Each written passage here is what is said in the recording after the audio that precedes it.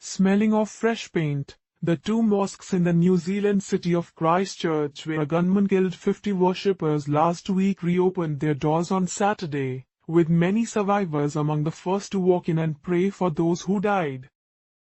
At the Al Noor Mosque, where more than 40 of the victims were killed by a suspected white supremacist, prayers resumed with armed police on site, but no graphic reminders of the mass shooting, New Zealand's worst. Aidan Dirye, who lost his 3-year-old son, Muchad Ibrahim, in the attack, came back to the mosque with his friends. "I am very happy," he said after praying. "Allah is great to us. I was back as soon as we rebuilt, to pray." Most victims of the shooting, which New Zealand Prime Minister Jacinda Ardern quickly denounced as a terrorist attack, were migrants or refugees, and their deaths reverberated around the Islamic world. Prince Al Hassan bin Talal of Jordan, who visited the Al Noor Mosque, said the attack assailed human dignity. "This is a moment of deep anguish for all of us, all of humanity," he said. Police said they were reopening the nearby Linwood Mosque, the second to be attacked during Friday prayers last week, as well. New Zealand has been under heightened security alert since the attack, with Prime Minister Ardern moving quickly with a new tough law banning some of the guns used in the March 15 shooting. Ashif Sheikh, who was in the Al Noor Mosque on the day of the massacre in which 2 of his housemates were killed and who came back on Saturday, said he would not be deterred.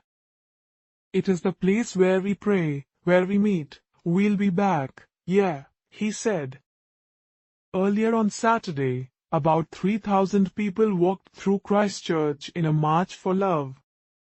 March for Love. Earlier on Saturday, about 3,000 people walked through Christchurch in a March for Love as the city seeks to heal from its tragedy.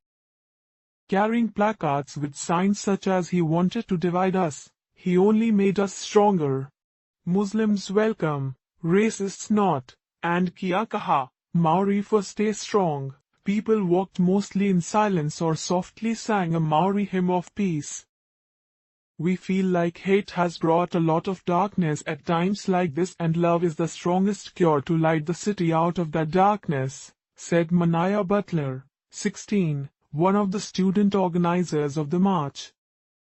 New Zealand and Prime Minister Ardern have been widely praised for the outpouring of empathy and unity in response to the attacks. Dubai's ruler, Sheikh Mohammed bin Rashid Al Maktoum, thanked Prime Minister Ardern on Twitter late on Friday.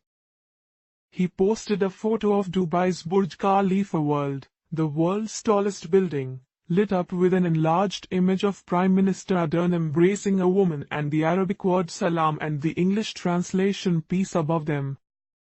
"Thank you at Jacinda Ardern and New Zealand for your sincere empathy and support that has won the respect of 1.5 billion Muslims after the terrorist attack that shook the Muslim community around the world," he said on Twitter. Muslims account for just over 1% of New Zealand's 4.8 million population, a 2013 census showed, most of whom were born overseas. On Friday, the Muslim call to prayer was broadcast nationwide on television and radio, and about 20,000 people attended a prayer service in the park opposite Al Noor Mosque in a show of solidarity. Many women have also donned headscarves to show their support. In Mecca, a special prayer was held after the Friday sermon for the victims of the attack, according to the Saudi news website Sabq. Most of the dead were laid to rest at a mass burial in Christchurch on Friday, when 26 victims were interred. Others have been buried at private ceremonies, or repatriated to their home countries for funerals. Shahadat Hussain, whose brother Mojammel Haq was killed in the attack, told Reuters he would bring his body back to Bangladesh.